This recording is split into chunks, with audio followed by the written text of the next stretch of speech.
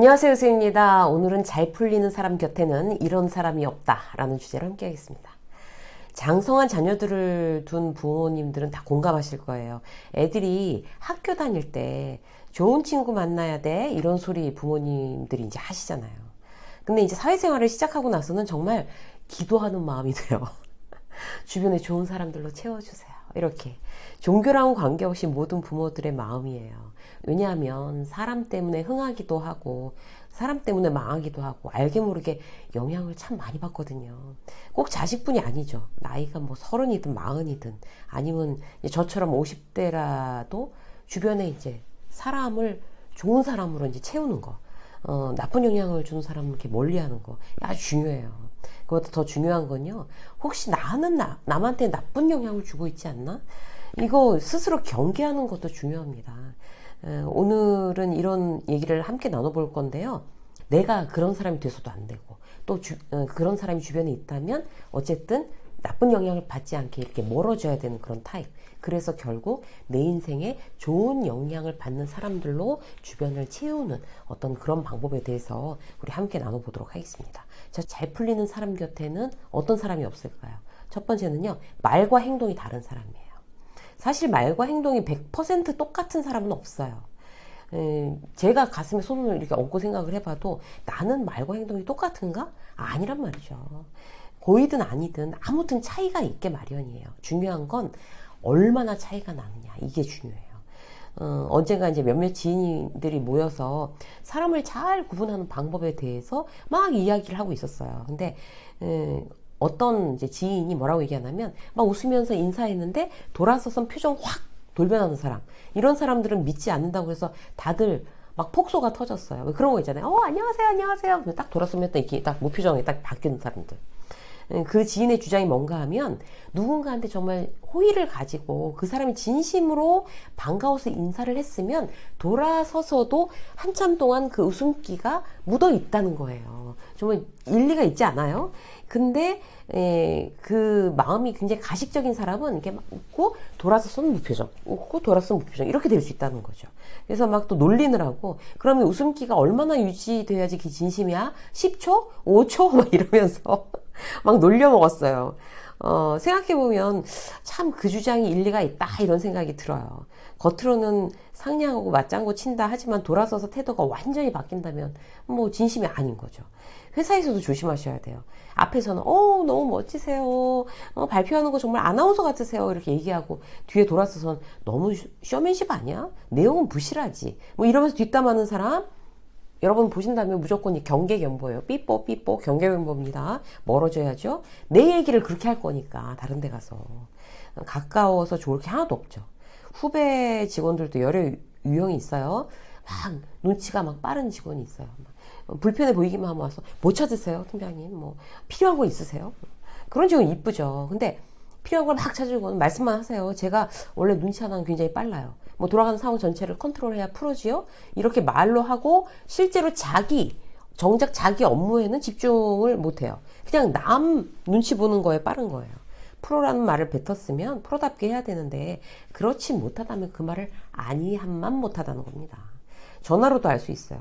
내가 누군가랑 같이 이야기를 하고 있는데 그 누군가가 전화를 받았어요. 사장님 오랜만이에요. 네, 한번 뵈야죠. 막 난리 나게 상냥하게 받고 끊고 나서는 막 고개를 절레절레 흔들면서 이 사람 연락하는 통에 미치겠어 이래가면서 전화 끊고 나서 태도가 돌변하는 그런 사람 여러분 혹시 주변에 있다면 조심하셔야 됩니다.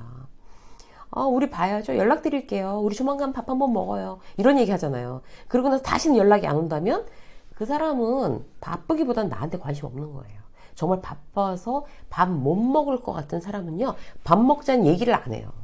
우리가 가장 경계해야 하는 것이 우리가 습관적으로 빈소리를 하고 있나? 빈소리를 하고 있지 않은가? 이런 점이에요.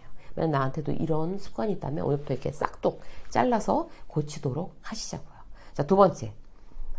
타인을 못 지키는 사람. 타인을 못 지키는 사람 첫 번째 특징은요, 남 얘기를 엄청나게 재미있게 해요.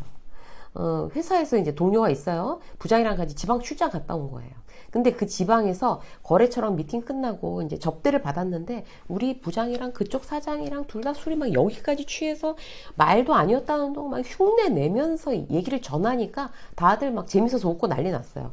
사람들은 재밌어 하지만 결국 직장 상사 뒷담화예요.